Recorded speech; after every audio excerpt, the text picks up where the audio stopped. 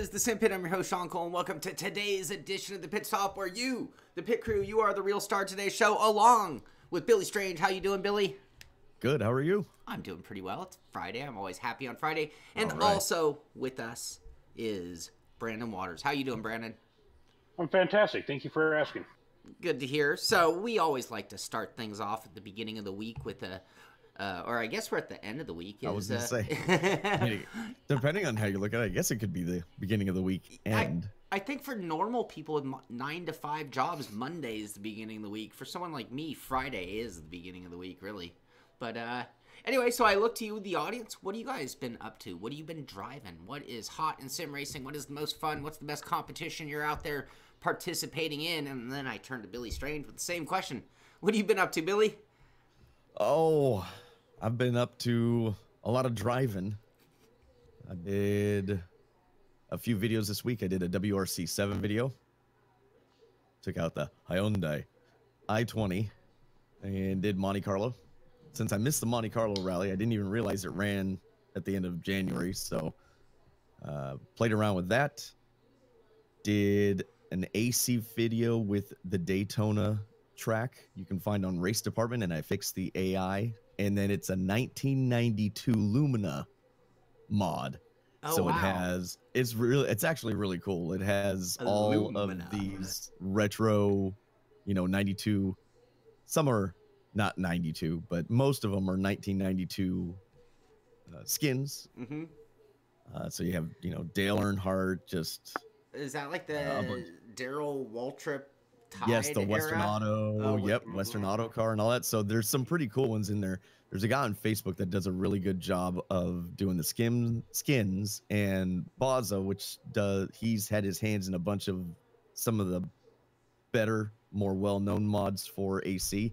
He actually put this one together. So it actually turned out it's pretty fun. You don't get the stock car rules in AC, obviously, but if you kind of just little bit of suspension of belief there and just kind of get into it once the race gets rolling, it's fun. They work well and they sound cool and they road race well too. So I'm going to do a video on that later. That sounds pretty cool.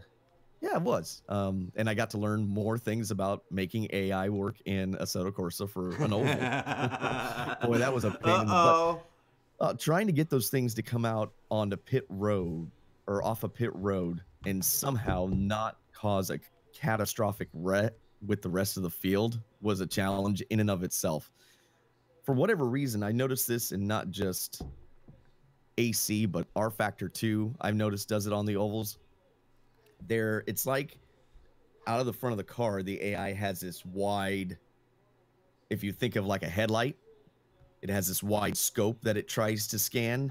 And so when a car is way off as they're coming off a pit road, they won't be on the racing surface, but it'll still pick them up and they'll slow down. So it would seem like you'd want like more of a straightforward, like a cylinder or cone viewpoint coming out of the road. And then you'd want these side pieces that come out to detect one side or the other. What else? Dirt rally. Did some dirt rally with the 205 Group B car. Fun fact, I did not know Group B cars don't have handbrakes.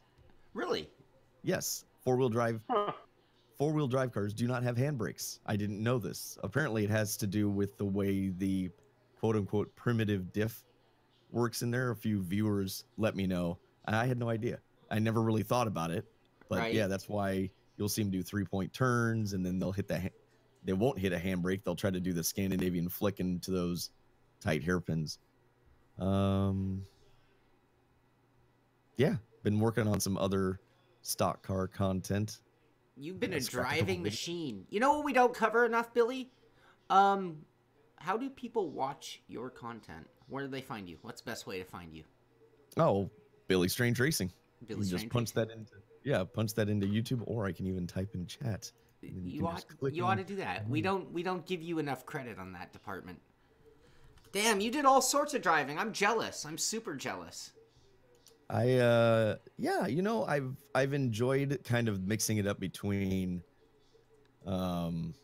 doing reviews because I just did that Sebring and GT3 pack review. So I enjoy doing that, but that takes, as you know, that takes such a long time to try to do it justice and hit all the points that you want to hit and then turn around. And I like doing this kind of stuff where it's more of like a tribute. Like I get pumped up for whatever race that just happened or is going to happen this weekend. I got my Davey Allison shirt on for Daytona this week.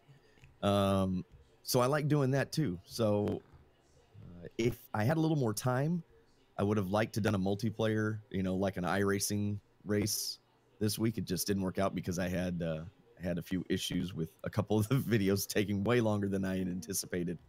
Oh, even with that, you got a lot in.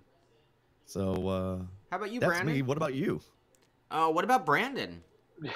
What about Humpty Dump? What about yeah, exactly. If anybody wanted to say break a leg for the show today, I apparently already did that. I didn't actually break my leg, but I did something to my foot the other day, shoveling snow, and I've been kind of on the mend since then. But I've just been watching a lot of YouTube, going back to my roots. Unfortunately, haven't been doing much driving, so.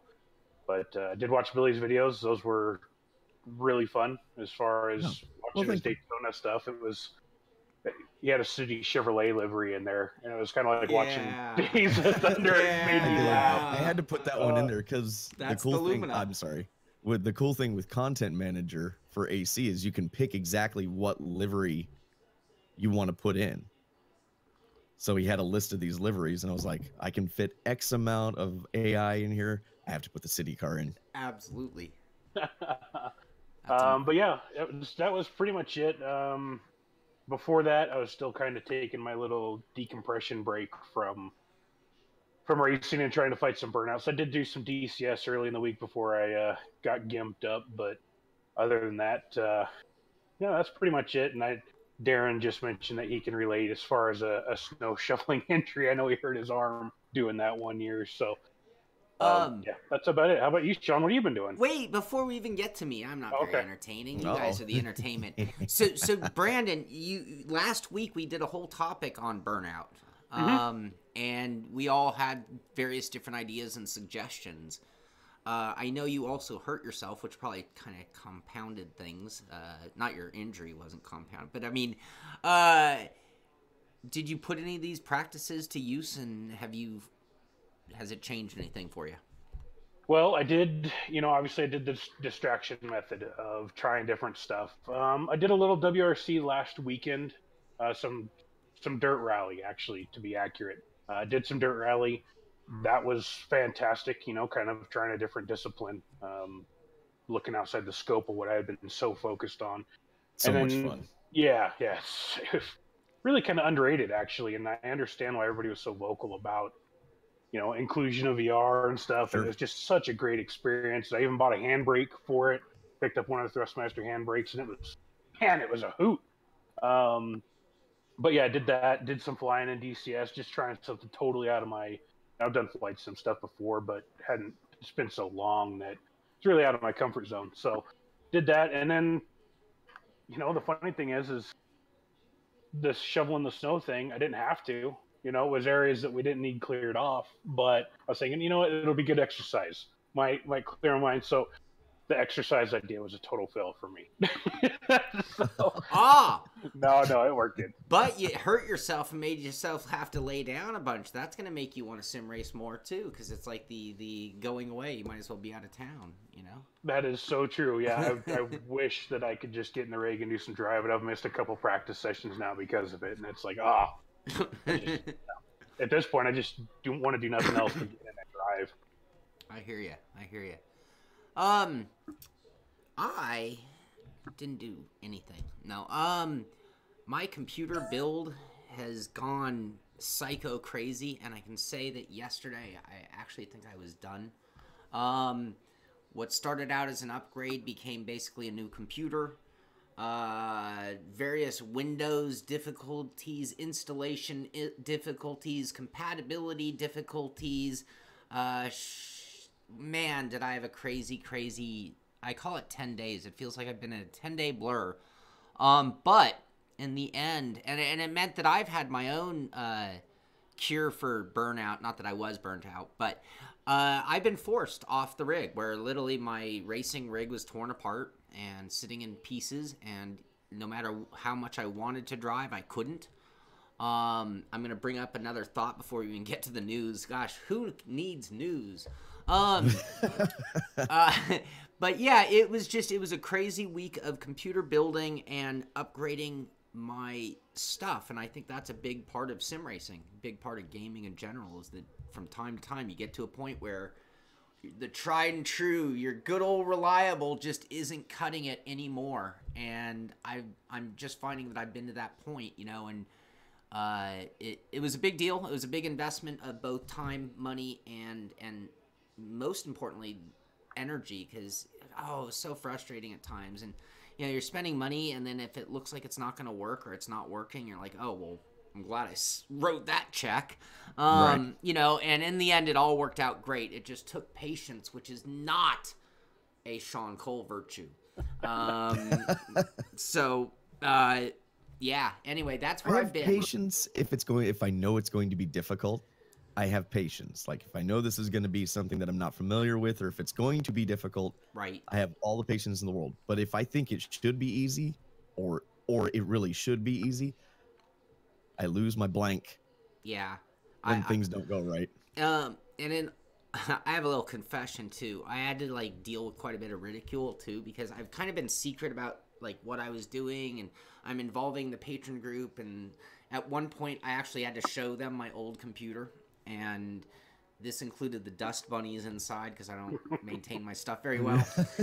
And I had to let them know that I was on the most pathetic i5 mini ATX motherboard, and so I'm trying to do this upgrade with this badass video card, and they find out what I'm trying to put it in, and everyone just put the brakes on that. We're like, what are you doing? You are no, it was sacrilege to the computer building gods. Anyway, that's what turned it all into crazy project. With that, so I've been away from sim racing, so I'm dying. This weekend we're doing endurance team practice. I am super duper psyched and ready to get in the car because I've been away for a long time and because I have new toys to play with. But the other thing, Billy, you're wearing your Davey Allison shirt, and Thursday night was the twin 125s. I think it was RF mentioned this in chat. This is the weekend that racing kicks off, certainly in America. But, I mean, this is sort of the official. I mean, sure, we had the endurance race. Some people don't even know it happened. But this is the weekend where racing just is uncorked and its racing season is on. And it's on TV, and it's in the news, and the commercials are going to start going automotive.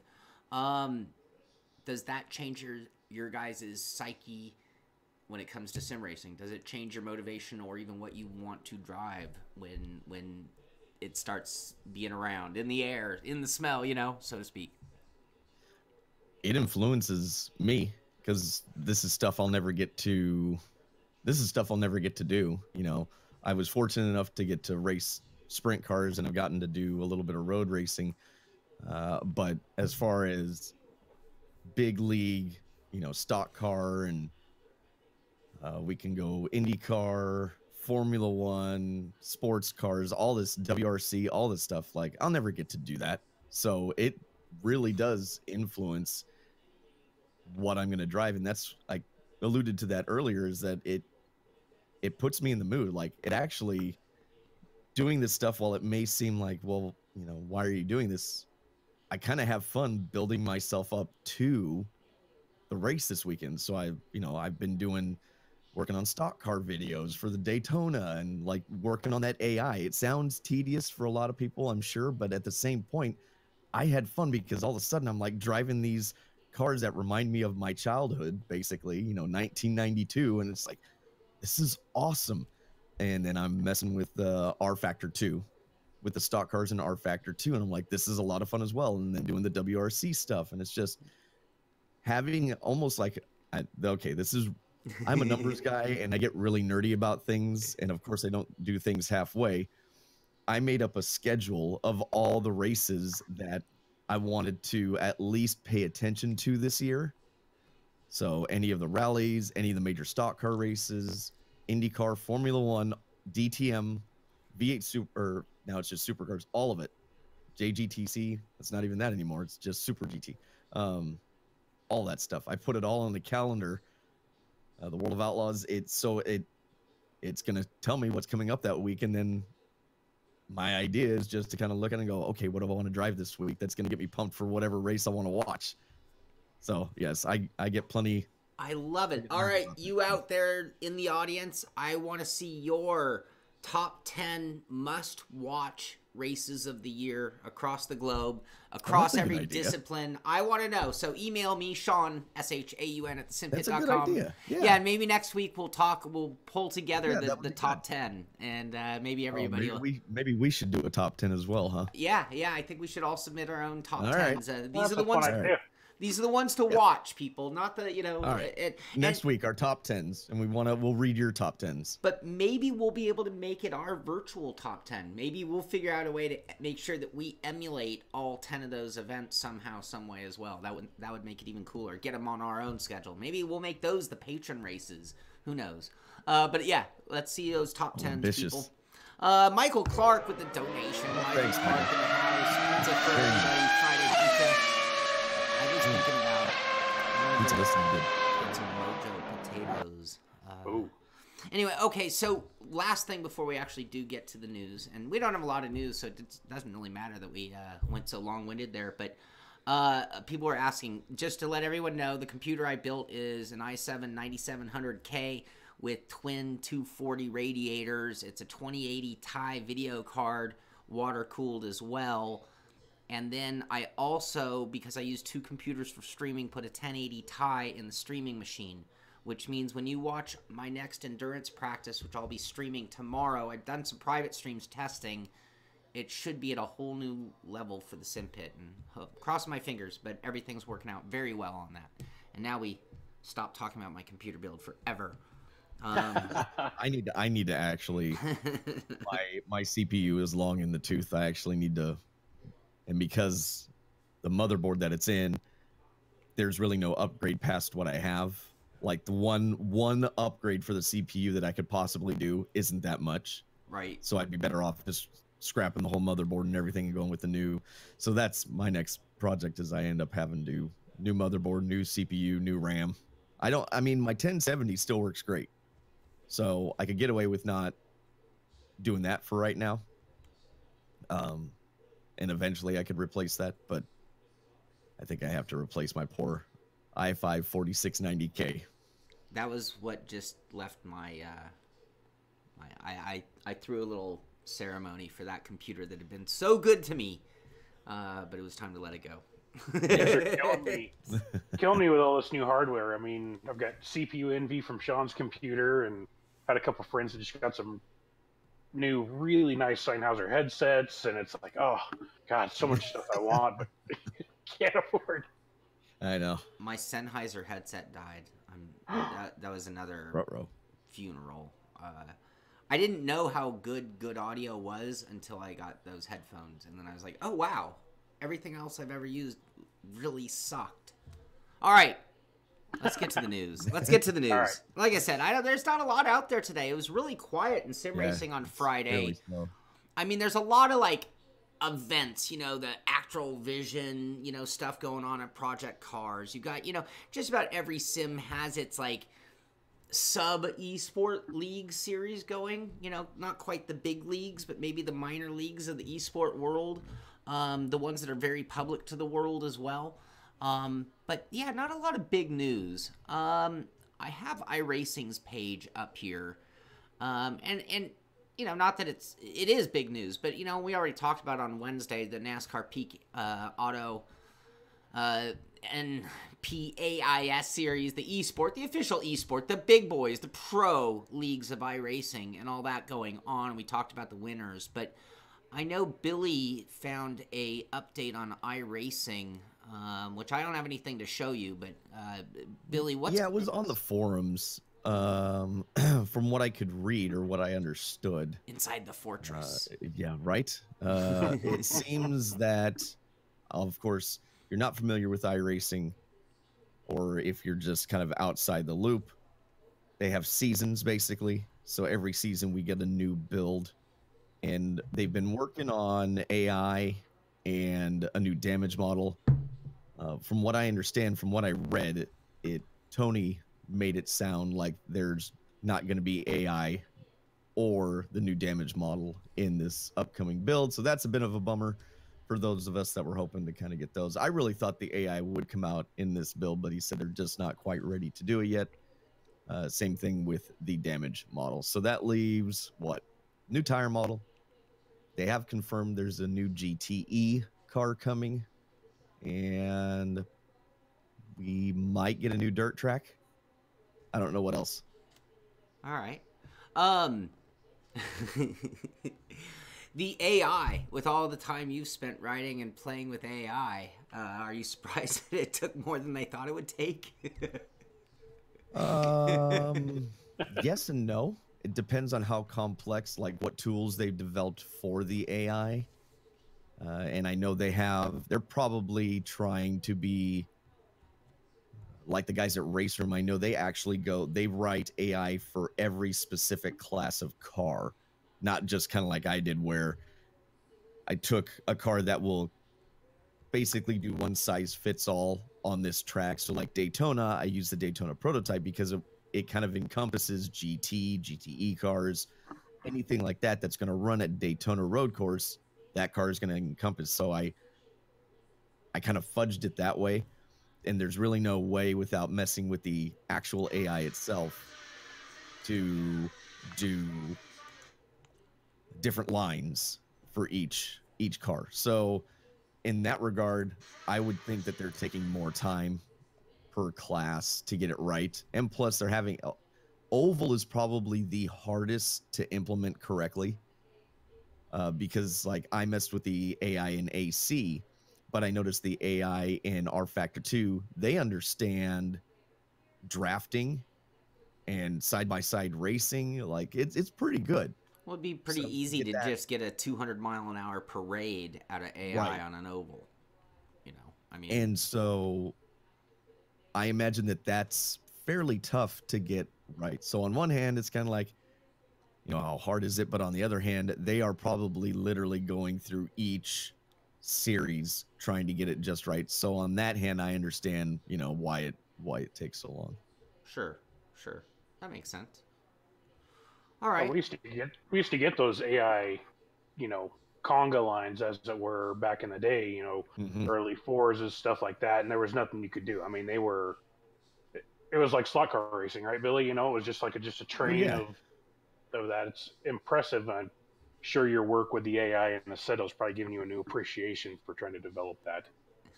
Yeah, and I've actually looked into. I figured out how to mess with the AI and R Factor as well. So, oh boy, right. Had a bunch of spare time, did you? Right. Yeah. Well, think about Gran Turismo back in the day. On rails, didn't really have any awareness if you were there or not. They just kind of hit you. So, and everybody heralds NASCAR or 2003 as some of the best AI that has been. I also thought GTR2 actually had some pretty decent AI. So yeah, I understand. See, I've just always had a rule of thumb when it comes to AI that it's on me to be the most gentleman driver ever. Yes. Because if I lean treat on them like people. Yeah, and I have to, you know, and it's like, and let's act like we're all in vintage Ferraris. Because sure, if I know in the world of AI, for the most part, if I just give them the slightest chrome horn, that they're just gonna give way. You know, and things like that. So it's like, for me, AI has always been on you as the sim driver to drive with the AI with enough respect to get a good outcome. Otherwise, it's pretty predictable how they're going to act. Right. I don't know about your racing background, but my racing background started with watching my dad race at sprint cars at the local dirt track, right? And then when I was 5 years old, my dad bought me a Tamiya Grasshopper. I had chicken pox that Christmas. It was my Christmas present. My parents bundled me up. I have a picture of it somewhere. Maybe I'll find it someday and we can put it up. But he bundles me all up. My dad was racing RC cars, like the gas cars from like the RC 100 from Associated in parking lots, the parking lot races. Okay. So this is when electric and off-road was first really starting to take off. and he bought me a grasshopper. So I think part of my brain has always treated things that I'm racing as though there were real people, because my dad instilled from me when I was that young, this is not just a toy. If you're going to race, you treat that other thing that you're racing against as though there were a human in it, like somebody else driving that has feelings, that can get mad at you and stuff like this. And RC cars, that could happen because the person's standing right next to you on the driver's stand. So I always kind of, I guess, thought about AI in a little different manner than a lot of other people that think, oh, it's stupid, or, you know, there's still 40 to 50%, depending on the sim that has AI available, people drive with the AI. So I've always kind of, like I said, I don't know what your experience is, but I've always kind of treated them, like you said, at, you know, gentleman driver, try not to run into them, force them off the road, smash them, that kind of thing. Yeah, outmaneuver, you know, and set them up for a good pass. And, you know, funny, my background to kind of make me be a fairly, I consider fairly clean driver, was that one time I was karting with my brother, you know, just like, you know, pay to cart carts. And my brother was holding me up all race, and it was one of those tracks there's just nowhere to pass. And so after like 10 laps of bumping him every corner, I finally just moved him out of my way, just completely punted him, and then went on to win. And in my mind, you know, because again, nothing karting. And when we got done, my dad just pulled me aside and just gave me an earful about what a shitty maneuver that was, and how you just don't do that. You know, you win. You don't win by cheating. You win by being better, you know. And if I couldn't get good sportsmanship, right? Yeah, and I think that affected me in auto sport all my life, you know, in sim, in real life, and everything. And it's like, yeah, I want to win. I'm a competitor. I want to win. And as the laps tick down, I will get more aggressive. But oh, if I ever took somebody out or did something like that, even to the AI, I just don't feel like I earned the victory. And you might as well melt the trophy. You know, if I had a real career at stake, sure, maybe with money on the line, maybe I'd feel a little differently, because you could make the argument in real life, you do what you got to do. You know, sponsors are demanding it. You're being paid to do it. Unless we're talking championships. I don't know, but there's we could have a whole day on that. Where is that fine line, you know? I've done things racing big cars too, where I employ the rule that if I don't spin you out and if I don't wreck you, you know, put you in the fence or make you crash, then, well, it's fair game. Then you're within the boundaries. Todd McDanger said this, and he said he built his own grasshopper. So hell yeah. As you were telling that story, I'm sitting there going, oh, wow, I'll bet you there's 90 people watching. Yep. I bet my 7 dad painted of 10. My driver. I bet everybody had I had a grasshopper. Remember the little slipping rear end? You know, 2 springs and just that rotating. Freaking Mabuchi motor that had no power to it whatsoever, and the crappy, well, those were NiCad batteries back then, weren't they? Because they had some nickel metal hydrides after that. Oh god, there was no power. The sand paddle tires that one had the sand paddle tires. It did. We had it forever, and then so my dad he practiced with me, and then the club that he was in was sanctioned by, in the United States, it's ROAR. Oh, sure. So that is if you want insurance for your off-road events, ROAR is the national sanctioning body. They're the rules that you follow. So I was one of the first underage kids to get a ROAR license. I got my ROAR license at 5 years old. That was like unheard of, but it's because I had to go through all these tests and everything. And then I remember when the RC10 came out, my dad takes me to the shop. Oh, the RC10. And this guy, the first RC10 with the gold looking chassis and everything. So a team associated comes out with this, and there was a local hobby shop that decided they wanted to sponsor me. And so my dad goes in, we work out a deal, and there's a guy standing next to my dad. I'll never forget it. And he's all, "You're not going to let him drive that, are you?" My dad's like, "Yeah, he'll do just fine with it." He's all, "But that's like the Formula One of dirt cars." He was like so blown away. But again, I never treated it like a toy. I treated it like it was a race machine, and we won. My dad took me out. We won a bunch of championships and races with it.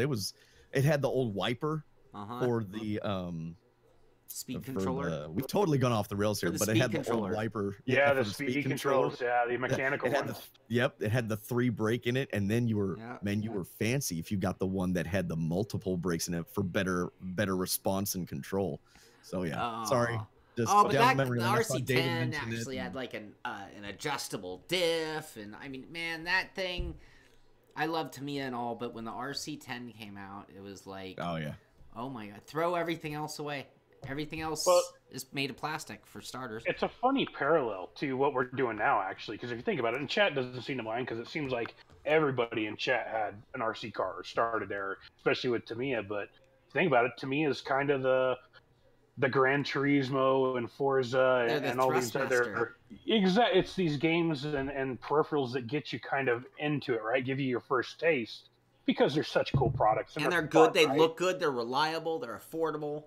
Yeah, and so everybody kind of it gets that excitement going, and then you realize, whoa, look at this thing sitting up on the shelf, all gold anodized and pretty, and the best of the best, the direct drive wheel, the iRacing, right? And it's just like, oh, that's what you aspire to, and it's kind of funny. I wonder how many of the people in YouTube actually followed that same path as we did. As far as I had a frog, you guys had grasshoppers. Everybody else is alluding to the fact that they had. My brother had the Hornet. Yep. Oh Hornet. man, that's what it was. The black one. The that was the upgraded one, right? Yep. That was the bigger, beefier. Yep. Yeah, if you're a little weird, you had some sort of like a Kyosho or something along those lines. All right, go for it. My dad had an Optima. Oh yeah. I don't know if anybody remembers those, but when I got my RC10, he wanted to race every once in a while on dirt. He was mainly on road, but he wanted to try and race dirt, so he got himself an Optima, and that thing was wild. It had so many like different things you could do with it. It was pretty cool. Such fun. Yeah, good old days to an extent. My first RC car was actually a thing called a Sprint RF, and it was bought at a department store. But it was like a put it together yourself. Oh, okay. But it was front wheel drive, believe it or not, and it was a buggy. Oh, snap! And it tore gearboxes up so fast. Oh, I can only imagine. So I became very good at epoxying things back together again until a guy in the building had a grasshopper, and he was just misusing it in the parking lot, and he got bored with it pretty quickly. Anyway, I bought it from him, and that's when I found the hot Fred Medell became a good friend of mine. He is now like the head of North American Tamiya. Anyway, but it was like he worked at the hobby store where I was at as a child, and I bought I think I bought every RC car ever made other than the Toyota with the changeable gearbox, that big Toyota 4x that had like you need a third servo remote in order to activate the gearbox. I think that is the only RC car made in that like 1982. It'd be 84 through 90. I think I owned every RC car ever made. Wow. So one little quick more anecdote, and then we'll get off of this, I promise. I'm so sorry, guys. But here's the news, everybody. Right? A flood of memories comes back. So I was allowed at like 7 or 8 to run on-road gas cars. I ran a Pan RC300. My dad, I'll never forget this. So I'm winning races, and my dad decides he's going to upgrade and go run this guy at the time. Serpent was one of the top-end cars that you could get, and he decided that that's what he wanted, but we couldn't afford it. He found this guy that had taken, you know how you got everything in parts bags? Yeah. The guy had ripped all the parts bag open and dumped all the parts into the box. Oh, and it's then like the game Wrench. Yeah. he couldn't put it together. So my dad got an incredible deal from this guy. And he literally looked at back before the internet. He looked at magazines to figure out how to put the car together. And it had a 2-speed in it. And I tell you, there was nothing cooler than we would go out to Sunrise Mall. They allowed us to make a parking lot track with the boards and the plow discs. And before we would spray some sort of Coke or something down to get the foam tires to stick, it would be all dusty. And the four-wheel drives would go out there. And the 2-speeds would kick in and they'd drift around the corner. And you would see the people, because of the noise, just flock It was crazy. 5 deep all the way around this track, and they're going around, you know, dust is rolling off the tires. These 2 speeds are kicking in down the back straightaway. It was awesome. That was a lot of fun. Oh, that is awesome. I remember the good old days. Thank you, Michael Clark. That's pizza with the beer, by the way. Awesome. All right, well, we all have good stories. No, I'm with you, man. It's just, it is the good old days, and I think that there are many parallels between RC and sim racing, why it's such an obvious leap, why, you know, in the chat scene there, again, I think probably over half of us, probably 70% of us had, you know, Grasshoppers, RC10s. It was our era. You know, if you think the average age, probably our audience here even. So, anyway, that's good stuff. Good stuff. Dirt. You know, I'm a little confused by dirt. So, I'll start with the simple, and then I'll let Billy take the complex. No pressure. On the simple side, Dirt Rally 2 has some before and after photos that are just actually really cool. Before and after Dirt Rally versus Dirt Rally 2, which eventually we'll see in VR even, right? So, anyway, and so you can just see a huge difference. I mean, it's like a complete... Yeah, it really is stunning. Yeah, it's the same corner from the same rally. And we talked about how people have kind of, same. And it's like, yeah, but isn't that kind of the same with every sim that you do? They regurgitate. I like using can you see the Nordschleife? Yeah, exactly. And they didn't start over from scratch. They built a new one. I mean, they improved the old. But these photos are just night and day difference. Looking here at the old one with the barn, or new one with the barn versus old.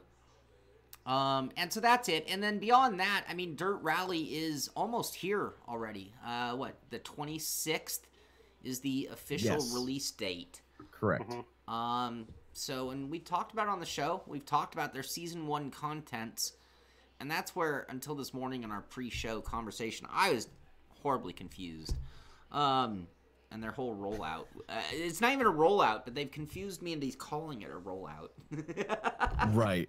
Right. Well, you're not the only one, because I've seen a lot of misinformation and confusion, and rightfully so. They did not do a good job of explaining it, because I think most people looked at the Twitter post or these little tiny posts, and when they see something that says Season 1 content, it's like, huh?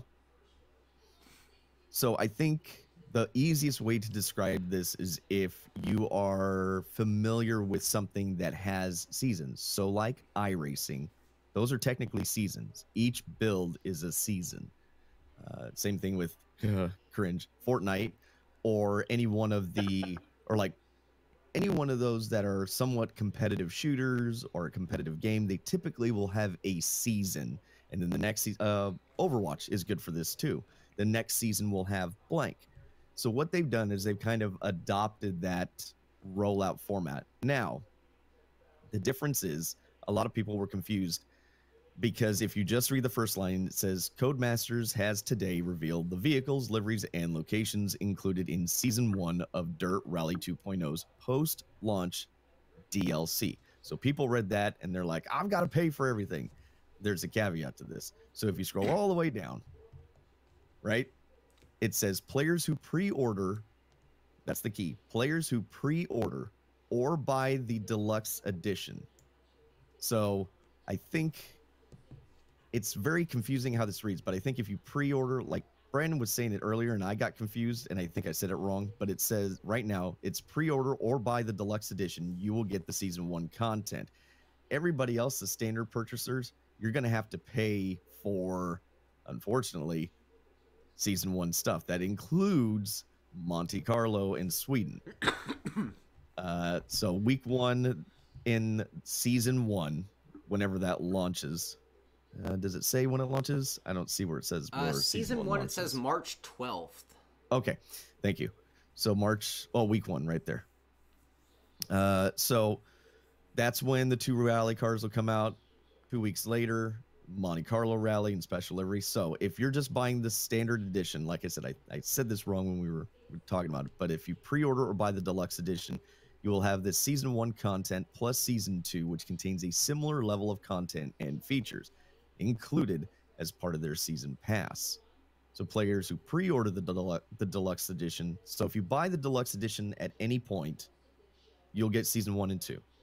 If you pre-order the deluxe edition, you will get early access to the game on the 22nd.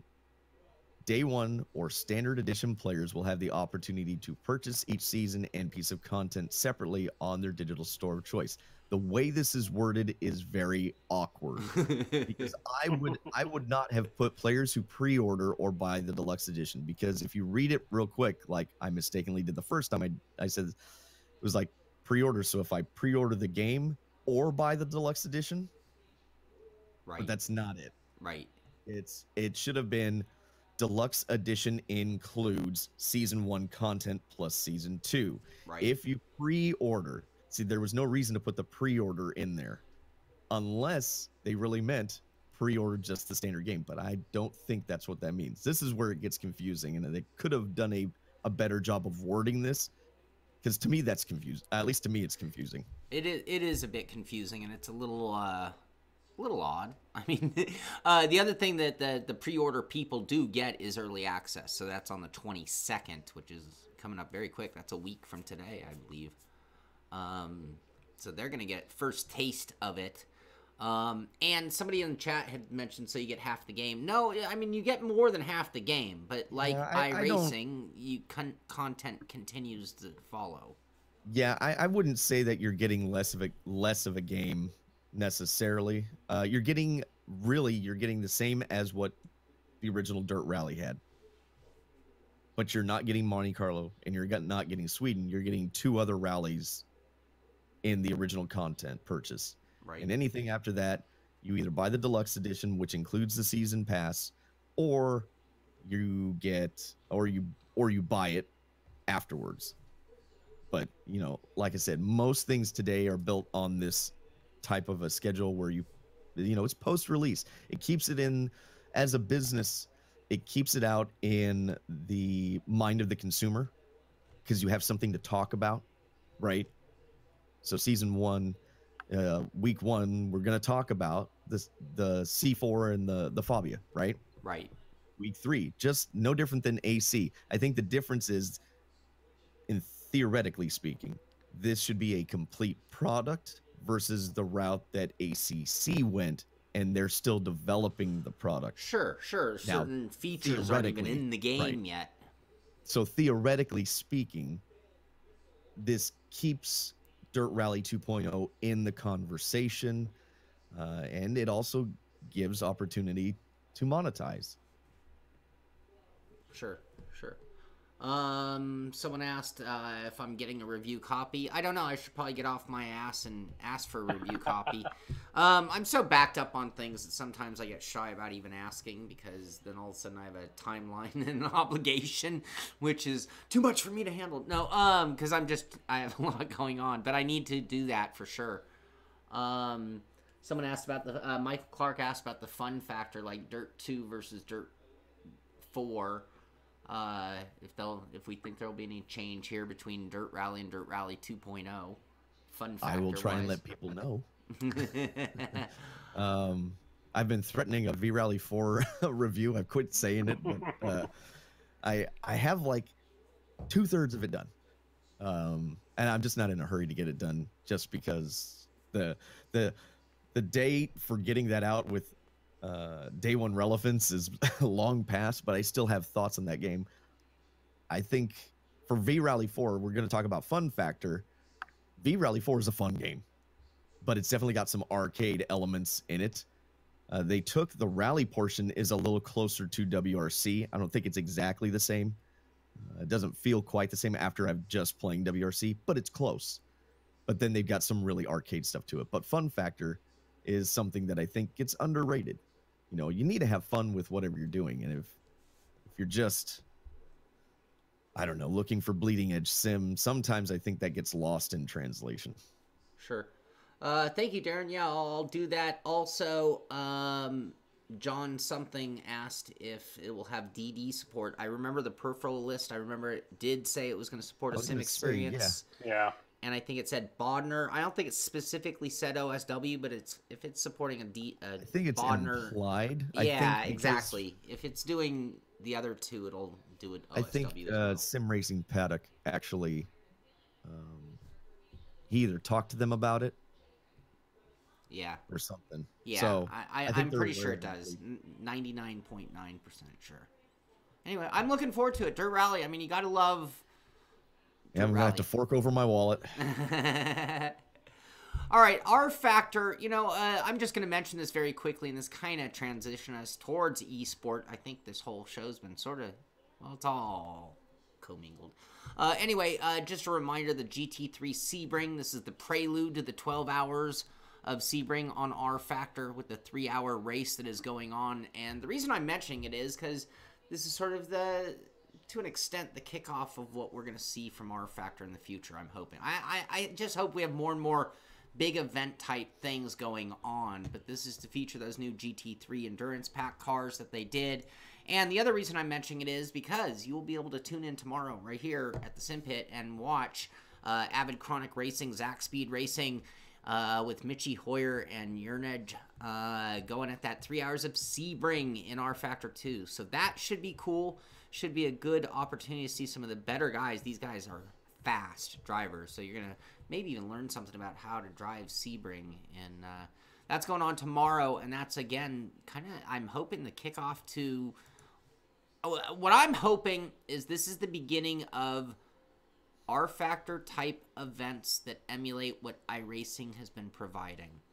That's just, and Race Room is doing the same thing. And I love big events that are open to the masses, where you get a really good ladder, where you get a really good bracket system of these are the guys that should race here, these are the guys who should race here, and then you're in a really good battle with people that you really belong racing against. And the more people that participate, the better and tighter those groupings get. And then you just, you know, I just believe it leads to the potential for some of the best racing. And, you know, it's great to see that maybe, and you can give iRacing credit, in my opinion, that they've kind of led the way on these giant racing events. And now and they have the opportunity to do that with all the content that they have, right? All the tracks and theoretical series, at least, that they support.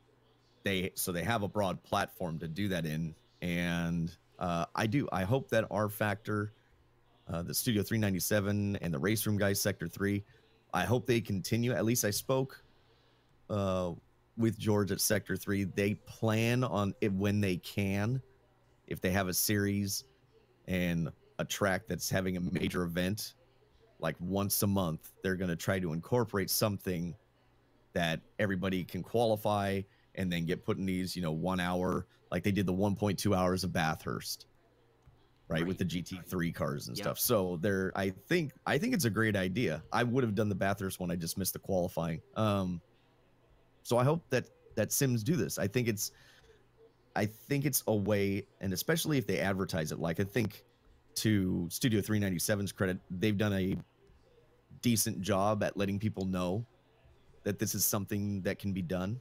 So just not relying on the community solely to provide, somebody or a league or something put a race like this on. Like Studio 397 says, we're going to do this. And so you would hope that there is the expectation that comes along with they know how to put it together correctly. Sure. Well, I think they're finally realizing that it's actually a really good marketing thing.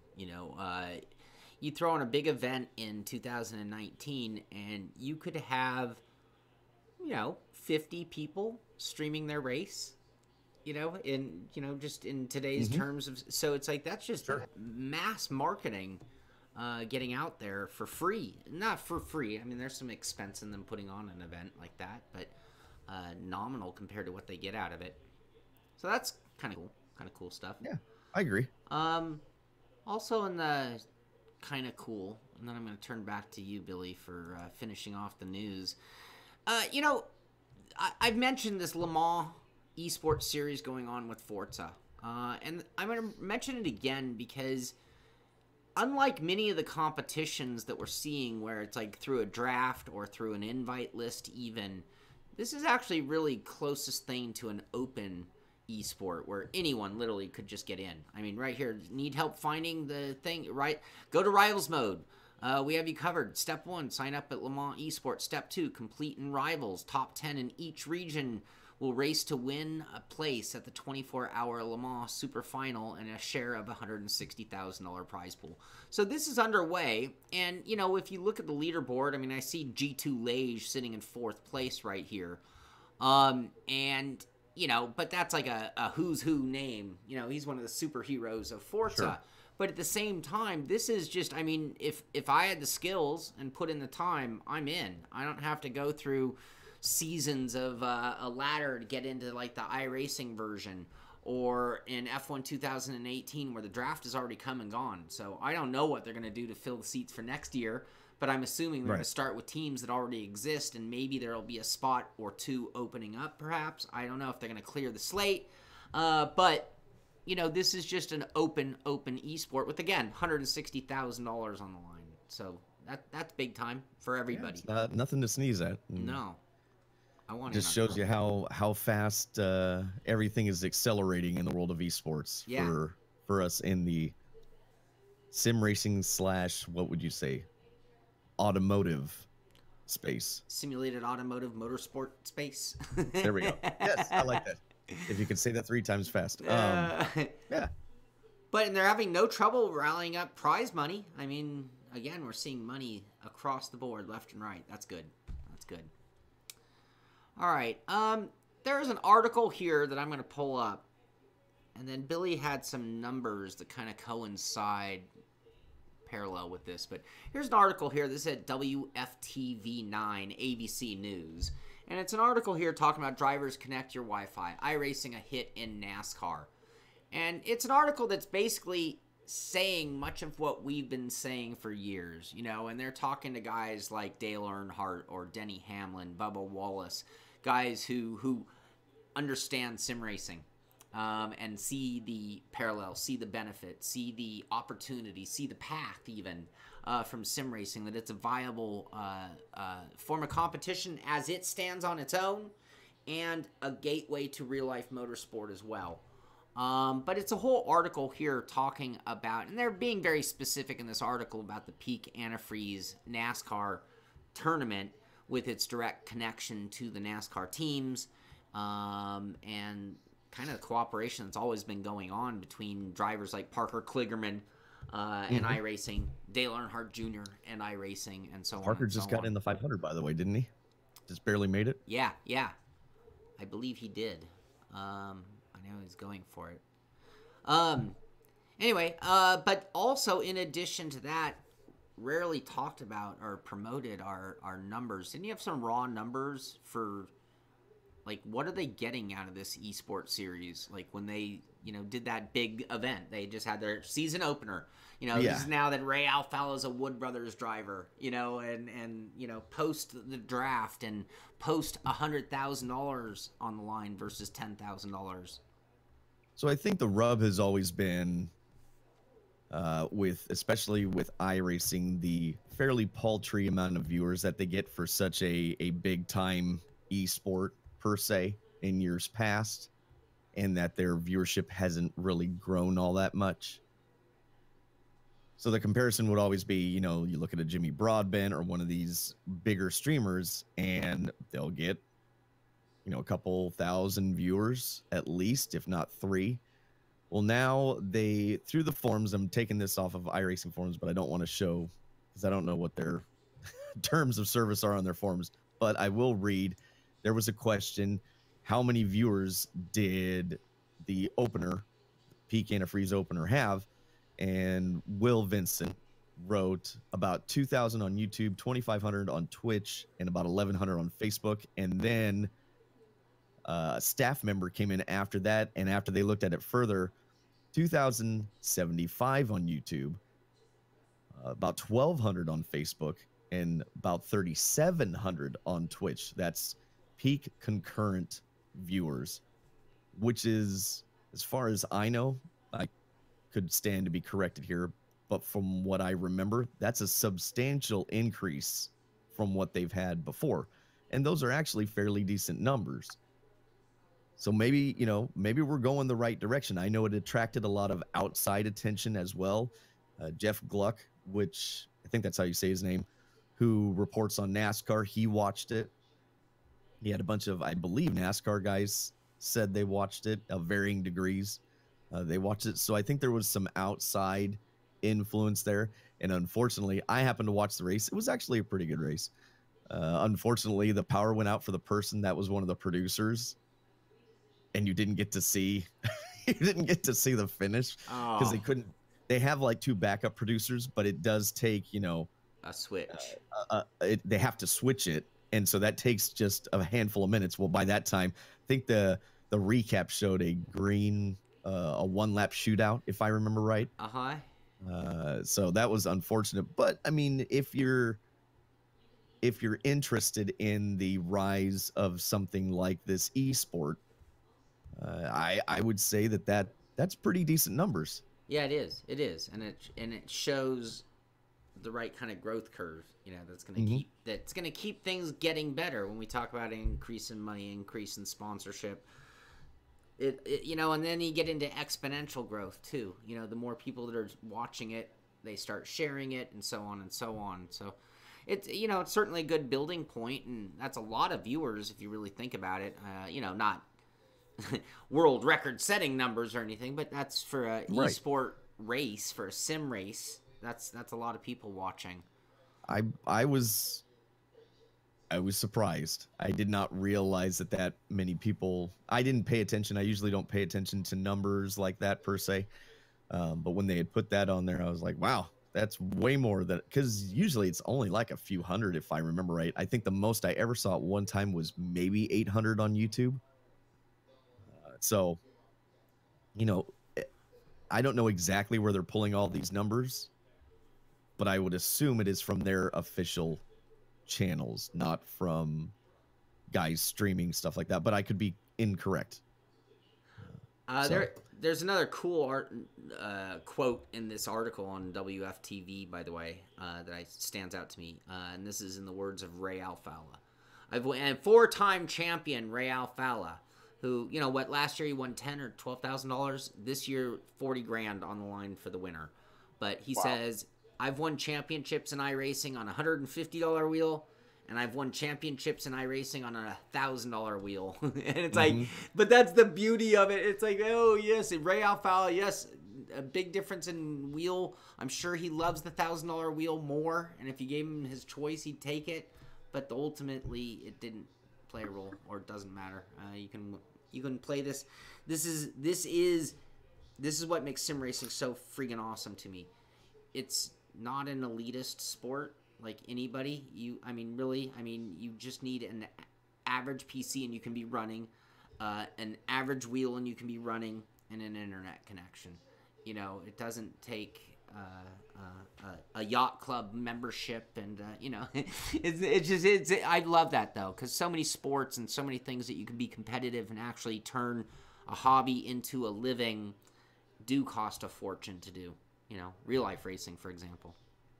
Anyway, that's cool. I liked from that article, one thing I took away from it that I thought was pretty neat, it was the fact that both Parker and Bubba were talking about how currently they use sims to train as a tool, and that how Bubba said he thought it was absurd that racing's kind of one of the only disciplines where they don't really get a chance to go out there and practice and perfect their craft on an equal playing field, to where they can take their cup cars out there, basically is what he was saying, and go out there and get a bunch of practice and time in, where other sports they get the opportunity to do that. And so, well, that's a money issue though. There's a right. reason that they took that away. They used to. There's a reason they took that away, and it's purely dollar. It was costing way too much money, and it was putting the little teams out. So the way to curb that was to limit testing. Yeah, and so that's a little bit of far reaching on his statement there. Yeah, but where they're using it as a tool, sim racing, and I know even Dale Earnhardt had alluded to this before, Junior, where he had alluded to this before, where he wasn't familiar with certain venues or different disciplines, like when he was running some of the Corvette stuff, that was absolutely used for that purpose. And I think that's a very cool takeaway from that article. I think it's kind of a little inexcusable to an extent that Ray Alfalla has won the hardest oval racing driving championship there is 4 times. So as all these people do come out and say, oh, I use sim racing, it's great, you know, and the big heads of state type people, it's like, yeah, but at the same time, put your money where your mouth is. Doesn't that mean that Ray Alfalla would be a really good person to see what he could do in the car? I believe he has stated he does not want to do that. Really? I believe he has stated. I've heard this actually now from several top sim racers that don't have real world driving experience. They do not want to do it How's in that real possible? life. That doesn't compute. Well, there's danger involved. What? Right? You have the possibility, right? You know, there's the possibility of death. What? What do I have to live for? I could race a car. But I believe also, I think part of the other thing is financially speaking, you're going to have to get funding in order to do that, or you can make more money right now in the short term, at least, probably sim racing. Being realistic, if you're at the top of your game, right, unless you get a full-blown sponsor that's going to pay you a salary, most of these guys are pay to play that race the big cars. It's very rare unless you're at the top level of any racing series. Most of them are pay to play, right? Sure. So you've got to have some sort of salary. Maybe that's what NASCAR did when it was in its heyday. That's why they had start and park cars, because you could go out and still get paid. Now these guys are like scraping by. Right. And so I think the idea is, look, I'm really good at doing this, and I think there are some that want to do it in the real world that would be really good at it, and I think there are some that don't really have any ambition. They'd rather do sim racing because they're good at it. There's no risk of being hurt. Their financial output is very small, and they can make some decent money doing it if they're that good. Sure. Well, and giving somebody a shot is sort of a funny thing, because it's like, unless they actually have been there and done that before, unless they are literally like Ayrton Senna, you know, it's like the ability to, in a shot, shine well enough for them to be like, yeah, let's put you in the car on Sunday, are pretty slim to none. I mean, because it's just not the kind of thing that you go out for the first time ever and do something remarkable enough that people are like, holy crap, you know. So it probably would end up being nothing more than a shot, unless the prize came with something like in the GT Academy, where it's like, we're giving you a year of racing, or even in the Mazda series with iRacing, where, you know, they won a season of racing. And I think in that perspective, you know, I think you win Rookie of the Year, you finish top 3 against guys who've been pros at this for years, all of a sudden you're talking a different story. But test drive, how are you really going to shine to that level either, you know? Well, in sprint cars, that was the hardest hurdle that I had. Was I was literally racing against guys that were close to my age when I started. They already had 10, 12, 14 years of experience. Mm-hmm. That is something you cannot replace. So I'm having to play catch up, and it was incredibly difficult to do. So that's something that these guys would battle. I know where they're coming from. That's something these guys would have to battle. You go from being the elite to being basically bottom tier, and not saying that they couldn't drive. I'm not saying that they couldn't prove themselves, but the reality of them being able to do so is very difficult. We will get those occasions where there'll be that standout guy that'll manage to, like a Maddenborough or something like that, that'll manage to climb their way through. I mean, that's great. If they've got support and all that, that's what you need. You need laps and time. But yeah, he had, and that was what was critical, is that he had the laps and time. Right. To be able to, and somebody said, hey, Cole Trickle, and Grant, I'm not calling you out. Cole Trickle did it. But keep in mind, Cole Trickle came from what? Outlaws? Sprint cars. So that's what made the difference for me when I went from racing sprint cars and did some road racing. I didn't have to learn how to race. Right. Right. I didn't have to learn the overwhelmingness. You didn't have to grasp the concept of this so vibration and the intensity. It's so overwhelming when Right. you try and do. It's such a sensory overload. Right. That you really don't have any grasp of what it's going to be like when you're driving something that has some power to it and has some speed, and it'll generate some G-forces and the jolts to your body and everything, like your head bouncing around. Like, you don't think of those things. So you need time to understand. So when I went from sprint cars and I did some road racing stuff, everything was slow motion to me. All I had to understand was hit my apexes a little better, learn when to shift. Those are small things in comparison to just learning how to race, what to look for. Like, if you've already done it and you jump into a different discipline, you already have the building blocks. The foundation's already set. Now you're just learning the little nuances of each car and stuff like that. So right. It is a different animal. I think that if somebody wants an opportunity like a Ray Alfala, if he's changed his mind, or maybe I've misquoted him, but I'm pretty sure he said that. But if they do want the opportunity and they're one of the ones at the top level of that particular genre of sim, give them a shot. Let them see what it's like. And we may get lucky. We may get somebody that jumps right out of the box and fires off and sets the world on fire. You never know. Yeah. I just think that, especially with as much money that's in esports right now, you're going to get a lot more people that don't want to go that direction. Sure. They're going to want to stay at the top of their game here and dedicate their time here instead of being at the lower end of real world racing. Sure. That makes sense. Go ahead, Brandon. You know what we need to do that would probably be a easy way to solve this topic is, let's see if we can get Ray on the show. Yeah. I'd love to have him on the show. Love to talk esport. We'll make that happen. We're working on getting somebody on the show as a guest speaker for various topics. You'll probably see that very soon here at the Simpit Sim Tunnel Friday edition of the Pitstop, whatever you want to call it.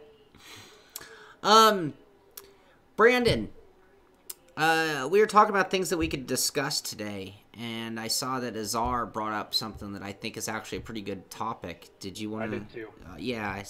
Yeah. Azar asked, and hopefully I'm getting the gist of his question here, but I'll read it as he worded it. And he says, as the community pushes on developers to make cars easier to drive, or they have the threat of abandoning the sim, does this threaten the realism aspect of simulator? And I'm wondering if this is kind of more of a market statement, if it's a correlation with console games, where they make the bigger money, if that has an influence against the developers that are doing, quote unquote, the real simulators. I don't know. What do you guys think, Billy? I almost take this question as like two different questions in one. I see the question for a mass market game like a Formula One, or we could even say the WRC series, Gran Turismo, Forza, right? If we're talking in that aspect where we're taking these sims and making them easier per se, I think that's always going to be. You're always going to have stuff that veers into the area of what appeals to a larger audience. But on the other hand, I also take his question to mean that people want these things to be easier to drive in a simulator. Are we losing the realism aspect? So in other words, my argument has typically been a race car, a modern race car, is really not that hard to drive. To push it to the absolute limit would be difficult, but not necessarily get the car. If you're a decently competent driver, get it around the track effectively. So if you were an old school sim fan and cars were just balls hard to drive around the track, spin out, like you were constantly on the edge, I feel like some of this lineage still exists in iRacing. If it's not that hard to drive, then it's not realistic. So I'm not sure which way the question is meant, but that's what I mean. I almost interpret it as two separate questions or two separate thoughts. Mm-hmm. So yeah, I don't. If it's the second one, I don't think you're going to please everybody. But again, modern race cars really aren't that hard to drive. I hate to break it to people, they're really not. They have tons of grip. Old school cars will be harder to drive, sure. Driving cars on the absolute limit will be hard to drive, but making competent times without the cars doing anything weird. That's why I like in my opinion, that's why I like the GT3 cars and R Factor 2 right now so much. Is because it's a really good balance. The cars, when you push them really hard, are difficult to hang on to, but they're not so difficult that you feel like you can't do it. You're just like, oh, I messed that up, right? It's different if I make the error than me not understanding what the car's doing. So that's why that particular GT3 pack I really, really enjoyed, especially around Sebring, because man, you can drive those things really hard. Billy, you better keep talking. Oh man, right. I don't know if that makes sense, Brandon, but I just it does. I'm not sure which way his question is meant. Yeah, and I wasn't sure either, but hopefully that kind of addresses it. And if the current class of cars is easier to drive, that's fine as long as they're simulated properly. You know, like the example of GT3 cars. You know, yeah, they're supposedly really easy to drive. As long as that's accurate in game, I'm okay with that. You know, as far as community or expectations of people to have something as an easy experience, you're always going to get that. You know, there's that difference between game versus simulation. I think it speaks of really two different markets that are available. So, and they can put those layers in the simulation anyway. You know, you have driving assists that you can put on and things that wouldn't really apply. And if that helps people get into the deeper side of simulation, I don't think of it as a negative thing as long as it doesn't affect somebody else's experience. So, right. Yeah, I don't want people to misunderstand me. I'm trying to say that sims don't take skill. They do. yes. I just think that sometimes the cars are a little too unforgiving. There's a balance, right? If you're driving an LMP car, I mean, that's going to be difficult to drive because it requires you to drive the thing incredibly hard. There's lots of downforce and aero, and you have to really understand the aspects of a downforce laden car to get that car around the track. But then like you said, you jump to a GT3 car. To me, that is just something different. It should not be as difficult. I think that's reflected in the popularity of GT3 cars with gentleman drivers. If we're talking, again, you circle back to something like a Forza or something, as much as I would like those to be more sim, I really would. I don't know that we're ever going to get there because of the large market of more casual-ish fans. I don't want to call them casual, and I don't mean that as a put down, but somebody that just wants to get in and drive their favorite sports car, that doesn't want to mess with setups and complex tires and suspension setup or physics per se.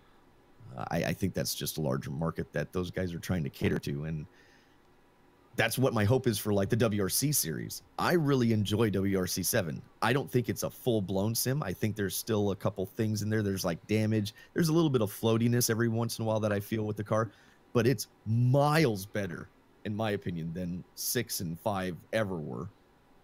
And especially the milestone games that came out before it. 5 might have been a milestone game. You go to WRC 7, in my opinion, the way they made the stages is more sim. The way they made the physics is more sim. I hope they continue on that trend to be more sim for WRC 8. But there is that we sell this on the console too, and we have to think of the casual World Rally fan that really doesn't understand or has never played something like this. I think the thought process is to possibly dumb it down a little bit so that they can just jump in and make it around some corners and, spray some snow or mud. Yeah. Shaun, I know you missed a little bit of that, but do you have any input? Yeah, hopefully I won't repeat too much. I'll keep mine somewhat brief on the topic, because we could be here all day on this. Yeah. a lot of the games that we play, and I'm sure Billy touched upon a lot of this, so this might be repetitive, but a lot of the games we play, especially on the console side, they have to be built to be playable by a console, controller. I will hate to. I know where you're going tonight. Hate to burst John's bubble, but I can play on a gamepad with iRacing and do pretty good. So that's not going to work. And that's the thing. Some people just have a really good dexterity, and it is totally a learnable skill too. But like when they build Forza, they want mom to be able to buy the game for their 12-year-old kid to be able to get a certain amount of enjoyment that minute, not become a sim racer in order to do it. And I think that any time that that's the intent of the game, and not to kill people's dreams of what Forza or Gran Turismo or anything that's even a console port over, same thing. But that doesn't mean that they're not sims, and it doesn't mean they're not real either. On the flip side, I feel like a sim like iRacing, coming from its lineage of Papyrus, we mentioned NASCAR 2003 AI. Well, NASCAR 2003's very distinct physics and handling model became ingrained in a good percentage of sim racers. Like, this is how a sim should feel. And some of them might even be holdouts from Grand Prix Legends, if you really want to go back. And so there's this, like, driving on ice, like, machismo, I think, even.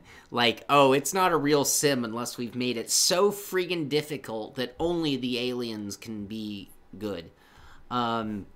And I think that has always pulled iRacing that direction, because they have a substantial crowd desiring those feelings and effects, and they piss and moan the minute it starts getting, well, and I've heard what they perceive to be too easy. Yeah, and GT3 cars might be the best car to have this conversation about, because you can take them from every sim and look, they're in every sim across the board. They're pretty much the same GT3 cars, and it's like, from what Billy, you've mentioned it, from what I've heard on real life drivers talking about like the tires and suspension and downforce on a GT3 car is so good that they talk about them being like slot cars. Like, you just cannot make these cars break loose, period, end of story. You have to, like, hit a curb and over goose it or something crazy to make them actually go around. And yet in iRacing, they're still a very difficult car to drive for some. John making a point, he says it's been proven that controllers have built-in assist. That is actually not true. It's the software that it's the software that you're running. That's what has the assist in it. And the best example is Race Room. You can dial that in and out for a gamepad. If you take a controller right out of the box, there's no assist in there. I think I did a thing on iRacing with a controller, and I was like, yes, it can be done. It can be done well by some. But with that, what I was saying is, here's your huge spectrum, and I'm not trying to make anything better or worse there. I'm just trying to say that you have this very wide variety. And we talk about it on our show too, we always have tiers. We have the 3 that we consider in this full-blown sim art grouping, these in our more casual sim, and then these in our simcade grouping, which kind of, tells you where you want them to be in that scale. But with all that said, there are 2 games that come to mind that have nothing to do with anything other than what is most important to me. Because to me, what you feel in the steering wheel, quite honestly, is as important as physics. Because I'm not an engineer, and I don't even really care about setups that much. I almost wish it was almost all fixed setup so I don't have to think about it. And with that said, it comes back to, what do I feel in the wheel, and how natural or how intuitive is the game. And my 2 best examples in the history of sim racing, believe it or not, one of them is Live for Speed. Live for Speed had great physics. I don't think anyone would argue that. It had great physics, but it was the most natural steering, feeling game ever made. And I don't know how much fudge factor, I call it, there was between the physics that we see and can change and what we feel in the wheel to make it feel the way it felt, that made it the most natural sim I've ever driven. And then the next one that I'm going to say is going to blow people's minds maybe, but Wreckfast. Wreckfast is not a sim. I mean, they aren't even the game, from what I understand. They're not even trying. It was meant to be far more arcadey than it came out. It came out driving like a sim. And what you feel in the steering wheel is so easy to jump in and drive naturally that it makes it one of the best driving sims out there for me, funny enough, even though it has zero to do with the actual physics, because look at the garage settings, you know, high, medium, low. Those are your settings, you know, on 4 things. Tire temp, no. So, to me, I think they are just as important, because as we advance to where it is becoming simulated automotive motorsports, we want the physics to translate. We want to be able to look at data and analyze it like a real-life driver. Sure, that's how, you know, where we are in this age. But at the same time, I don't want to sacrifice what I feel in the wheel to obtain numbers that would match a real-life counterpart. I would rather have the better feeling in the wheel, and I don't care if the tire temps are wrong. Or, you know, I mean, I'd like them to be perfect, but I am far more concerned about what I feel in the steering wheel. And I will judge all sims by that first, because that's where my real knowledge is. I'm not an engineer. I'm a driver. I agree with you. I've always argued that I don't care. I just don't care if the numbers are right or wrong. Number one, that we have to remember that we didn't take some magic formula out of the sky that says, okay, now real world physics are replicated. Boom. Like that, a person or a group of people, a team had to come up with those physics based on as many parameters as they had access to, but there's still those intangibles. So my argument, and we went through this when I was helping develop the initial build of Dirt and iRacing, was I don't care. You can tell me, you can throw all the numbers at me that you want.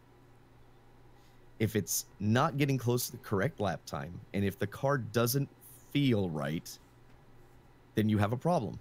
I don't care if you tell me all the data points that you've pulled are down to the millimeter correct. You still have something incorrect. Like it just, and I feel like I have enough experience to talk about those things in that regard. If you were to throw me into something that I like, an LMP1 car, I'm not going to tell you anything about that. Right. I have no, do not ask me what that car, I have maybe a vague idea what the car's supposed to feel like, but I'm going to be the first one to tell you, I don't know. I have no idea. So I'm not going to sit there and tell you that that car's wrong. But if I have experience or enough experience to kind of understand how these cars should be, it's great to have the real world numbers. That's something we should strive for. We should strive for, in the simulation, the correct horsepower, correct torque numbers, the contact patch of the tire, how much the tire deforms and deflects, you know, all this stuff that is so hard to do. And I think that's why each sim is going to feel a little different, right? If we all had the perfect numbers, every sim would feel the same. Sure, because then they would have done it. Right. So then it comes down to the people that are putting the sim together, what feels right to them based on their data and the people that they're getting reference from. And the nice thing now is we have more real world drivers that are into sim racing, that have been doing it a little bit, that can easily tell the person that's putting together a GT3 car, a GT4 car, maybe an LMP1 car, something like that, a stock car. They have enough experience now with the sim to go, you've got something a little off here, or that feels really close. You know, think about how many different parts have to work together to give us what we make our overall opinion on. But when you talk about the physics and the numbers and how many parts of the car are being modeled and all the computations to spit out these numbers to create this driving model that we then get our interpretation of our force feedback wheel, because let's face it, it's not one-to-one. They're, you know, these things are combining for this. It's telling it these signals, and then we have our interpretation and our thoughts of what it should feel like or drive like. And it's like, none of them are going to be perfect, like you said, because if they were, we can stop trying. We can shut the show down and all just do. There's no reason to have any more Utopia development or Sim, anything, right? And then On the other hand, so they're going to work with their engineering guys, and they're going to do all these number crunching, because that's what the core of any sim is, no matter how simple it is. Let's face it, it's a bunch of numbers and computations, even for, you know, Mario Kart. And then it's going to get the translation to the force feedback to us, and then we give them our feedback, whether it be real-life GT3 drivers, whether it be the community. And then they have to go make other adjustments, but then, like you said, they have to take everything into account. It's not just the feeling. It's just not just the data, which will be scrutinized by the engineer types. You know, Sure. I mean, it's not like, oh, what did it... No, they will scrutinize every last aspect of it. And then at the same time, they have to maintain proper speeds, proper lap times. That was so hard to do. And we were doing it, it was so hard to get close. Like, and then anytime you make a change, it comes back to that feedback to the driver, and it's like this never changing circle. So getting back to the real question, no, it doesn't threaten the realism, because when done right, and you have this constantly evolving circle, which from all the bigs we're seeing that. You know, all of the things that you would use the word sim to describe, that's what we're seeing. They're all evolution sims at this point, for the most part. And we're seeing constant updates in physics, graphics, you know, car model, tire model, damage model, AI, you know, and then it comes back to us, the community. We react, we cry, we applaud. They make adaptations and changes. You know, how many builds from, you know, even iRacing, maybe the most...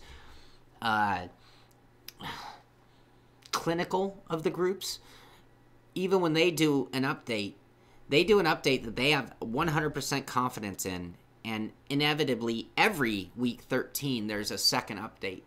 And sure, you look at the timing, that second update is always like 100% reaction to the community. And sometimes it's the numbers, because some engineering group is like, hey, you got this all out of whack, look what we're doing. Sometimes it's the force feedback, because everyone's complaining about the car model or the tire model. I mean, how many times have they reverted tire models? Here's the new tire model. 3 days later, nope, never mind. We went back to the other tire model. Cup cars. Yeah. They did something with the cup cars, and they had to revert it. If I'm remembering correctly, this year, or last year, I don't know, it was something like that. You're right. But the beauty is they're all getting better. I mean, they're all getting better at in my opinion, rapid pace right now. I agree, and I think it's John alluded to, you know, I'm going to take his hi there. I'm going to take his comment, and I got a little excited with my hands. I don't take that out of context. The advancements in technology, he's talking about how there's inferior machines and they have to be able to accommodate those. So maybe complex physics calculations maybe aren't possible on those lower end machines, so they have to give certain concessions. And that might very well be true. I don't know that, because that was not a conversation we had when I was helping with iRacing. But what I do think is cool, to your point, is over the years, technology is advanced in such ways that it does give us more, the ability to have more. Look at the tire model in RF2. Built as one of the most complex tire models that are on, you know, any sim. That's in any sim. Technology has gotten us that way, right? And with that technology, I think advancements come in car feel. And that's what I think is so exciting. You know, we had a period where I thought, I didn't get to play GTR2 back in the day. I did not have a PC that would even come close to playing it. But playing it nowadays and thinking about what it compared it to back then, that's pretty good. And then you kind of have this phase where maybe some things don't feel quite as good. And then all of a sudden, in my opinion, we're going back the other direction where things are really starting to feel. I mean, I hate to beat a dead horse. I was so floored by, I was okay with R Factor 2. They do a build, and I kind of liked it, and then they do another build, and I didn't really care for it.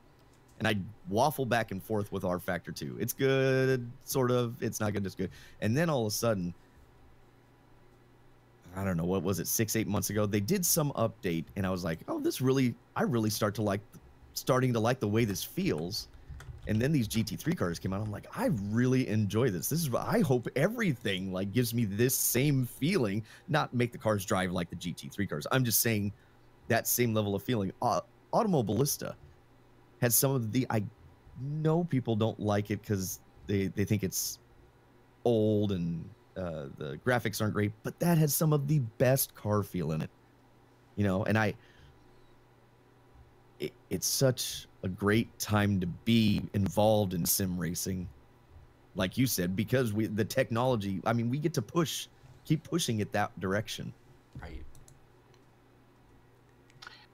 Well, I think it was a fantastic question, and it kind of it opens up you know, Pandora's box of different solutions and answers and ideas. You know, so Azar, thank you very much for asking that. Very good. Yes, thank you. You know, as far as Simcade goes, we did allude to the F1 franchise and Brian Osterreich.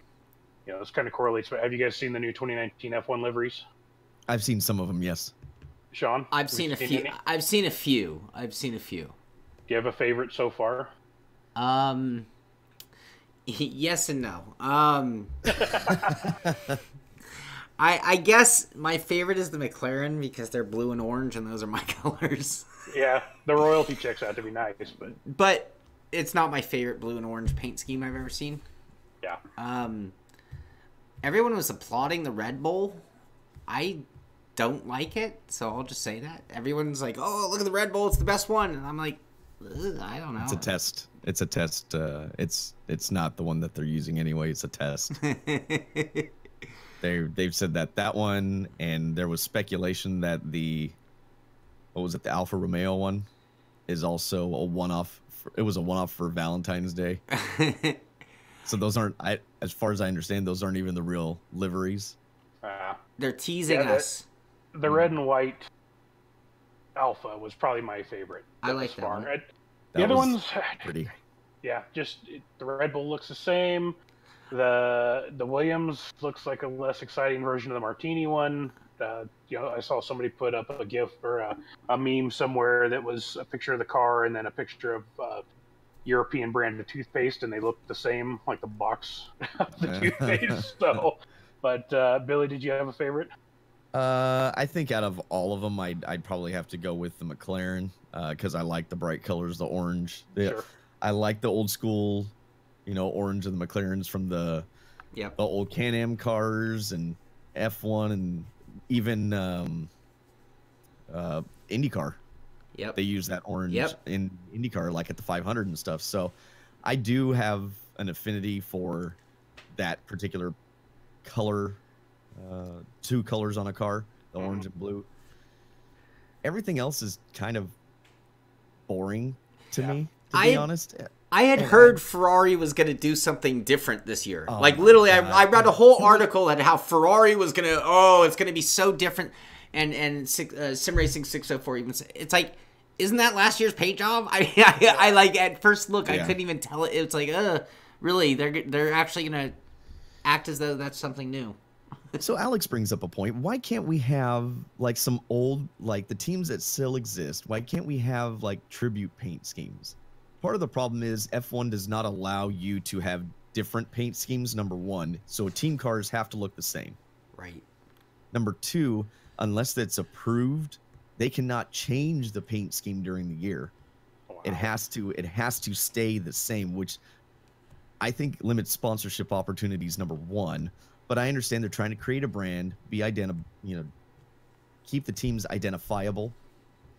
But I would like to see some tribute, like the Williams car. Wouldn't it be cool to have the Williams car go back to the Canon color or something like that? I think it would be really neat. And the McLaren go back to some of the Marlboro paint schemes. It's stuff that identified those particular manufacturers. Mm-hmm. I think would be really cool, but maybe that's just the nostalgic part of me. Maybe nobody wants those paint schemes anymore. I don't know. Well, in the case of tobacco, I think they have to be careful, right? So yeah, because the Marlboro always had the Marlboro V in the paint scheme. But you could do like a rendition. Yes. Like maybe not do the exact same, but you could like make an allusion. Sure. To, As I long love as you reference to the car. if it couldn't be lost by a copyright attorney, then it should be good enough. You know, it's like, no, those are mountains. That's not a V. That's a mountain. You know, a little. Speed chevron. The other thing is, I do believe NASCAR makes a friggin' fortune when they do retro weekends. And everybody, because all of a sudden, all the big names, like, oh, well, everyone had their Dale Earnhardt, Mountain Dew, whatever, you know, jersey, but now they need the other. I'm a sucker for the old school paint schemes. There you go. Oh, yeah. I got to have me a Javelin. You said Mountain Dew. I admit, I automatically thought of Darrell Waltrip in the 11 car or the Gatorade 88 car. Yep. You have old school like the Piedmont 44 that Terry Labonte drove. This is one of my favorite paint schemes from that era. You have the Coors car from Bill Elliott. So you go through the years, and I don't know, there's something a little less mechanical about the older paint jobs that I think are appealing. They might have a different, not better, but a different artistic flair to them back in the day because they were kind of limited. You didn't have the advent of maybe vinyl and stuff like that. You know, these hand-painted liveries. I mean, they talk about the 917. It had the hippie car with the blurple. They call it purple with the green on it, you know? So all that kind of stuff, it just has a different flair to it. And maybe, just maybe... STP, some of yes. Yeah. Sorry. These are, I just find these paint schemes often very stale and not having a lot of character to them. And I just like, maybe I'm old. Maybe that's the problem. I don't know. But there are paint schemes that come out like some of the V8 supercars, not V8, that come out are still awesome. What is it? The toll? Is that what it is? The toll cars? With the cat on the side of them? Yeah, I mean, I think those things look awesome. Even when they do the Vodafone liveries that they used to do, the silver with the fluorescent red, even putting that back on one of the Formula One cars, that would even, to me, evoke a better paint style than the Petronas car that they have. And we get back into licensing and the sponsor that's on the car. What do they want? So I know it's much more complicated than I guess I'm making it seem. But they don't always go hand in hand because I think of like Renault with the Benson and Hedges era, and it's like they always had a different like so insect and you know, and it's like, dude, those were the coolest cars. Yeah, and they're really subtle. It had nothing to do with cigarettes, obviously. So it was part of the paint scheme more than the sponsorship, you know, combination. You know, and then you have other ones where it made sense, like the Benetton cars, where it's like, well, okay, well, Benetton was, what was their slogan was like the colors of Benetton or something. United Colors, yeah. Yeah, you know, so it's like it totally went with the sponsorship, but it was like they become iconic. I guess when you grow up on racing, you know, we do it with music. We do it with a lot of things in our lives where, like, we become locked into a certain era of whether it be, like, hairstyle or clothing style or music we listen to. Same thing in racing. It's like, you know, this was the era that NASCAR was a big deal to me. So we mentioned the Tide, you know, the Darrell Waltrip Tide car. You know, I actually had an RC10 that I had converted to a road racing setup with, like, a full-bodied Lumina on it, and I painted it the Tide color, you know, and it's like... because it was a really important time for me in racing when I was really becoming a strong racing fan. And so, yeah, it means a lot. It, like, holds a place in my heart even. And I think that they miss out on that, in especially in Formula One. But then I also think in Formula One they have a very relatively short schedule. It's an international schedule. So when that circus comes, it's like, would... the peoples of whatever country be outraged because that's the weekend that was the retro scheme, so they didn't get to see the Petronas car, which, you know, F1's such a sacred, you know, things are a little different, you know, the sacred world of Formula One. It's like, oh, well, I don't know if there'd be like a revolt. NASCAR with like 89 races on the schedule, they can throw a weekend out with some retro schemes and, you know... Well, when you bring this full circle, that's the beauty of sim racing, right? We can have people that are great at painting, they can bring in these paint schemes for us. You know, so maybe we can have I think Darren mentioned it, the Lowenbrow car on a modern Porsche. Right. That's so awesome. So that part, to bring it full circle, so it doesn't sound completely off topic,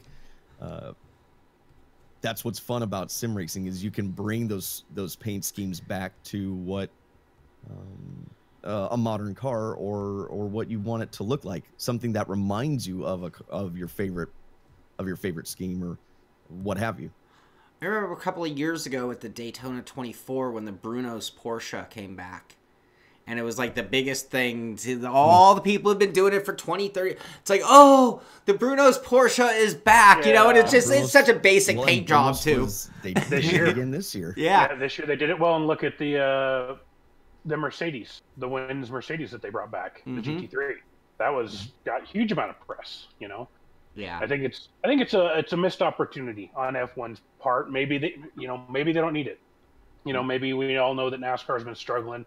And they do a lot of this throwback stuff, endurance racing. You know, as much as we all love it, it's never been huge as far as, you know, viewership numbers or you know, popularity as far as mainstream. Maybe it's just something where F1 is the biggest global motorsport. They feel they don't need it. But they have to be more self-aware. I agree with you. Like, F1's still in their success times, and whereas NASCAR is seeing a decline, I think that NASCAR is the leading edge of what Formula One will face in a 10-year delay. Just like, you know, living in Los Angeles when I moved to Spokane, there was the joke that it's a 10-year step back in time living in Spokane compared to Los Angeles. Okay. And it's like it takes 10 years for trends to get to there. And I think that the trend we're seeing in other ranks of motor racing are on their way to Formula One. I mean, I hate to be the bearer of bad news, but I just don't think automotive culture holds the same place in society that it held when racing became what it is across the board. Sure. Well, they're talking about next year NASCAR not holding as many races, and now they're even talking about not as long of races. So I heard, sprint races. Yeah, keep the major races like the 500 and the Coke 600, but all the other races, shorten them up. Which I've been saying that for years, because it was the original idea was that the cars couldn't make it 500 miles. Right. And now I've been saying it for years. These cars can last thousands, 2,000-3,000 miles. And it's like, so why are you even bothering to run that long? It's just a marathon every weekend instead of once a while. Well, look at how fun, like the Twin 125s are a really fun night because it's a sprint race by NASCAR standards. Yeah. I mean, there's an opportunity to make it an event still, and just not be as long. So yeah, there's all kinds of things changing in the motorsport world. A great thing about sim racing is we can kind of replicate whatever the hell we want. So, Formula One, we talked about during the news about a month ago. Formula One built a sim to test starts, race starts. And they literally built a sim just to do scenarios, I'm assuming, to maybe contemplate rule changes or spacing changes or something. I don't know what they're testing specifically. But that is the thing that sports, all real-life sports can use sim racing for, is a testing ground for so many different ideas, because you can create almost the same finished product as far as if you need to pass judgment on such a thing. Again, sim racing could be the thing that helps real-life motorsport kind of stay off their death if it's coming, or transition. I don't know. Death is too strong a word. We'll define racing differently than four wheels in the ground someday, but it will still be racing, and I think that's... The original thing was, when was the first auto race created? Oh, when the second... What was it? When the second car was built. That is human nature. It doesn't matter. It was horses at one point in time. It was boats at one point in time. It's shopping carts amongst kids at the mall. It kind of doesn't matter. My mom gets so mad at my brother. Yeah, man, we like to race. We'll do it on foot. It doesn't, we will always race. It's just a matter of what. And, we've even joked about disciplines of cars that we wouldn't necessarily want to own the race car, so to speak, but I'll race it. And it's like, I think that Formula One I don't see Formula One making a change to where all of a sudden they're hovercrafts, but it'll be the hovercraft racing league that someday replaces Formula One, and Formula One will fall by the wayside because they're attached, and maybe they'll evolve. Who knows? But when I talk about racing being dead, I don't think that'll happen until it's replaced by something that can hold the attention span of the world. Like drone racing. Cool. I think it's already been considered a fad to an extent. I don't know. Maybe I'm off there, but I don't think drone racing is the future. I think it was cool. I think it got a couple of years on TV, and now I don't see it on TV anymore. But someday they're going to get something that takes, and you will see everybody gravitate, Again, I think of the Star Wars with the racing they were doing. It's like, oh yeah, that is the future, because we will always race. Yeah. Yes, we will. And we will always find a way. I appreciate everybody hanging out with us. I've been reading the comments and chat while we're going along, so I like all the input. Those were, great questions. Thanks again to Brian and Czar. If you guys have questions, like at the next show, just give them to us. Obviously, we can make something out of nothing. So much so. I mean, we were worried about being short today, and I've even got another topic that we were going to discuss, and it's such a huge topic. I don't think we should do it today because we'll be 2.5 hours. Yeah, right. I apologize. I will sit here and I enjoy reading people's comments. I enjoy you guys hanging out with us. I mean, I don't know. I like hanging out with Shaun and Brandon and just doing nerdy deep dives into things that don't normally need to be done, I guess. Well, and this is the stuff that us, as our little collective group, and many different collective groups that I've been a part of, and that all of us out there talk about. This is what we all do, whether it's in our Discord chat, whether it's via email chain or a Facebook page or something. But it's like, and I think this is the one thing that different than golf or RC planes or car. I buy an RC car and I go race, and I'm there at the track, and there are physically 20, 30, 50 other drivers there.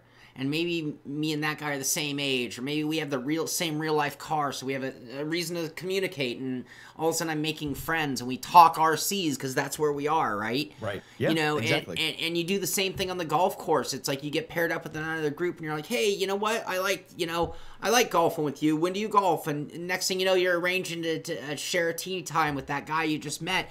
But you had that common bond, and it was a physical thing, and you got to talk golf the whole time you're shooting the 18 holes. And sim racing has been plagued by the lack of this ability, where we have to do it in strange ways. We can't just have a conversation, so to speak. I mean, sure, team speak and things like that.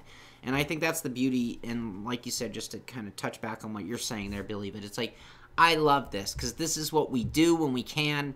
It's what we wanted to do for years, and we finally can. And I wish we could have our group and all the great comments we have. I wish you guys could even be more involved in the show. It's just, logistically difficult to do, but this is... And David's probably not far off the mark there, so.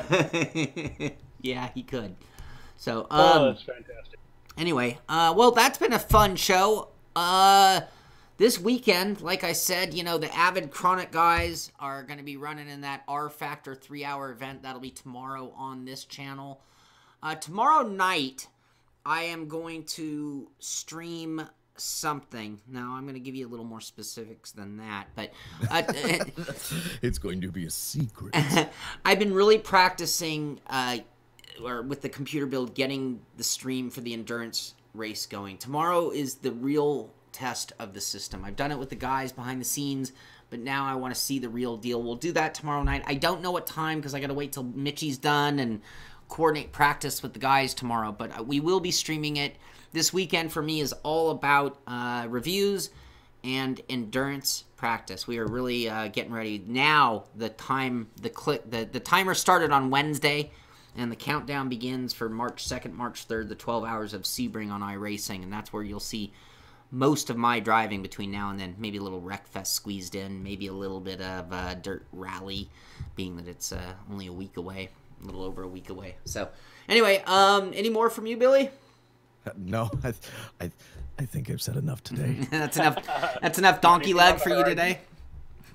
Yeah. It's laying on the floor behind me. Anything else from you, Brandon? No, I think that's good. We'll work on getting some guests on the show, hopefully in the near future here. And, you know, like always, if you guys have any questions that you want to have on the show, feel free to ask in chat. You can add me in there. You can email Shaun questions directly. Reach out to us in Discord if you happen to be members of either Billy's or Shaun's Discord, and we can go from there. And email me at Shaun, SHAUN, at thesimpit.com, your top 10 must-see races of the year 2019. Maybe we'll do watch parties or something. Maybe we'll host our own events to commemorate those events. But I want to know your favorites just so I know that I don't miss what I should miss this season. So we'll tally those up and maybe talk about them next week. Other than that, get out there, do some racing, have some fun.